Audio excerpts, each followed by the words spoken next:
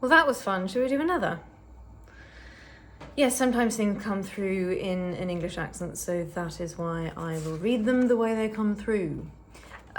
This came out on the 24th of August of this year, a Saturday, and I sort of remember, but I don't totally remember, and I've not read it through. So the reason I like to do that, I know that it makes it less perfect, but I kind of like that because then we're really in it together. The little mouse. Not little for a mouse, actually. She was quite robust as mice go. But the relatively to humans little mouse stood her full length skyward and stared hard. She blinked twice. Because this was not, after all, a star flaming its final glory, nor was it the usual sort of triangle that smears across the sky, flashing red and green. No, this was more like a glowing walnut, but a squished one, with a rounded top and bottom and a seam in the middle where the two halves looked sandwiched together, the filling scooshing out. And it was fast. So fast she didn't even realise she'd seen anything until it stopped, stalked still, surely ready to pounce. Had it seen her? Was it far away or small? She couldn't be certain, so she stretched up to see if its scent might fill her nose or a sound reach her ears. Nothing. And I don't mean the kind of nothing that snow makes when it quietens the world round you, but a secret nothing. A nothing none of her neighbours even noticed. Four-legged, two-legged, winged or wriggling, they all buzzed about their merry way. But Scuffy's little heart was beating a tattoo across every rib in her proud little chest. And she was proud. She'd lived a good life, cared for her kin, explored areas that no one else she knew had dared enter, sung duets with the moon and sun, savoured.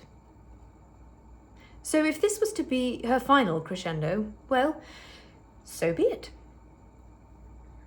But the glowing walnut wasn't pouncing. She cocked her head to one side, and she could have sworn the walnut tilted itself to match. She tilted the other way, and boop, so did that nutty something or other. And then, against all odds and instincts, Miss Scuffy's heart just settled right down, as if it was the most natural thing in the world to converse wordlessly with a glowing hover walnut. She walked closer, gently at first, but then full tilt, as if pulled forth by a fishing line. The thing slid down the sky towards her, and now it was clearly not small, but more like a bus would look if it became a hamburger. Just like that. But spoon-coloured.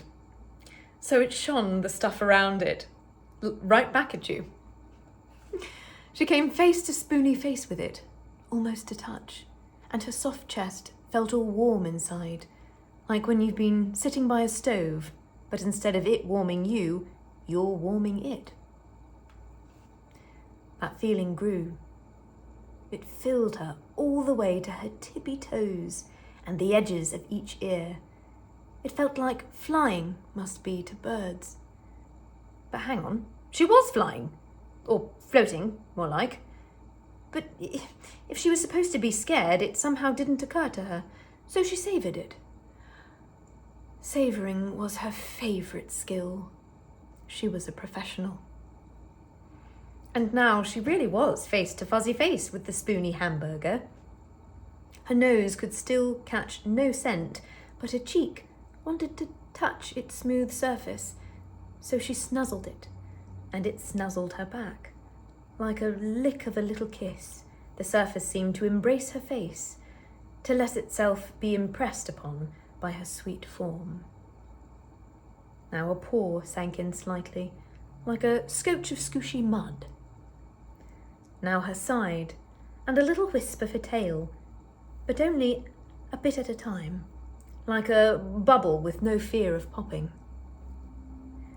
She saw a funny fat reflection of her face in the form of her new friend. and then it floated her ever so gently back to earth, to the familiar and forever changed soil she knew so well. And she knew, but she watched it happen anyway, that as she looked back up at this new neighbour, she'd be seeing it sail away. Just like she knew they'd imprinted each other indelibly. So she savoured. This is why she'd become a professional.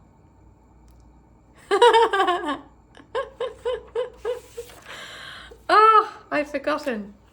So how these writings come for me is a word or two or three at a time. And I write in ink, I usually write in a fountain pen, sometimes dip ink. And the next ones won't come until the ones that have come are there on the page. So I'll write on a little mouse, okay? Little mouse. And I just sort of follow that thread and I see where it takes me. And yeah, that's how the creation process rolls for me. And that's why I love writing, because it's so pure. You know, it's so simple. And then I get to observe it on the page as if for the first time.